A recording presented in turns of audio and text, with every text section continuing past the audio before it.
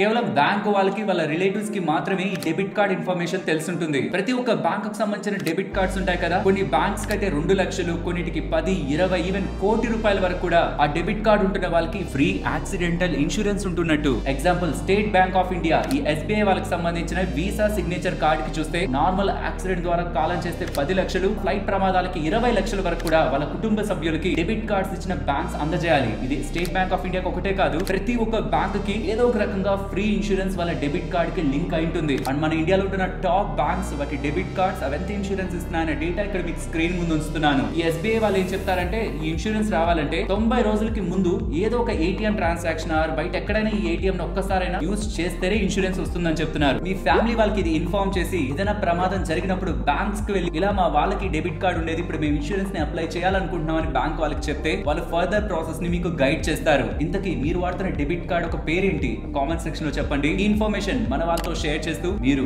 అలా వెళ్లే ముందు ఛానల్ ని సబ్స్క్రైబ్ చేయొచ్చు కదా.